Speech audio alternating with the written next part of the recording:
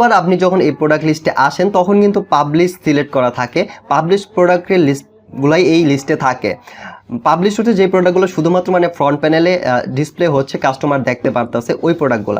So তারপরে হচ্ছে all status যদি আপনি সিলেক্ট করেন তাহলে সব ধরনের স্ট্যাটাস মিলিয়ে ঝিলে আপনার কাছে মিক্সড আকারে এই প্রোডাক্ট লিস্টগুলো আপনার সামনে ডিসপ্লে হবে। ঠিক আছে, দেখেন সব কিছুই আছে এখানে, স্টোর আউট আছে, পাবলিশ আছে, বিভিন্ন প্রোডাক্ট যা যা আছে সবই আপনি এখানে মিক্সড আকারে দেখতে পারবেন।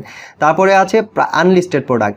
আনলিস্টেড প্রোডাক্ট আপাতত নাই। আনলিস্টেড প্রোডাক্ট কি এটা আমি পরে ডিটেলস আলোচনা করছি, এটা কেন ব্যবহার করবেন কখন কি। সো আপাতত নাই, আমি এটা দেখাচ্ছি না। তারপরে হচ্ছে প্রাইভেট।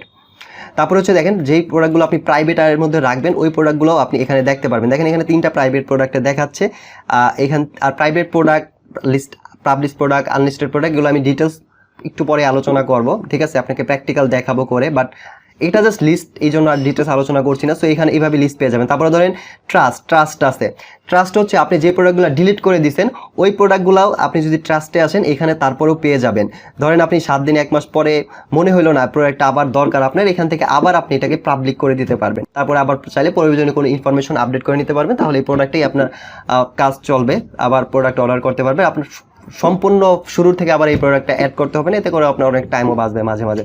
যাই হোক, এটা গেল ট্রাস্টেড। তারপরে হচ্ছে লো স্টক তো দেখানো হয়েছে, স্টক আউট দেখানো হয়েছে। তারপরে হচ্ছে কালার ভেরিয়েশন প্রোডাক্ট। এখানে যদি আপনি কালার ভেরিয়েশন সিলেক্ট করেন তাহলে শুধুমাত্র কালার ভেরিয়েশন যেই প্রোডাক্টগুলো আছে সেই প্রোডাক্টের লিস্ট আপনি এখানে পেয়ে যাবেন। এখানে দেখেন একটা দেখাচ্ছে। আর কালার ভেরিয়েশন প্রোডাক্ট কি আমি ডিটেলস আলোচনা করবো একটু পরেই, আর হচ্ছে প্র্যাকটিক্যালও দেখাবো কীভাবে অ্যাড করবেন ওই টাইপের প্রোডাক্ট, আর ওই জিনিসটা কি আমি সবই দেখাচ্ছি।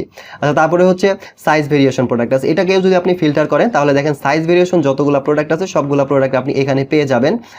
ওকে, এই লিস্টে এখানে আপনি পেয়ে যাবেন। আর সাইজ ভেরিয়েশনও আশা করি যদি না বুঝেন নো প্রবলেম, একটু পরে আমি আপনাকে দেখাবো ডিটেলস কিভাবে অ্যাড করবেন না করবেন এই জিনিসগুলো।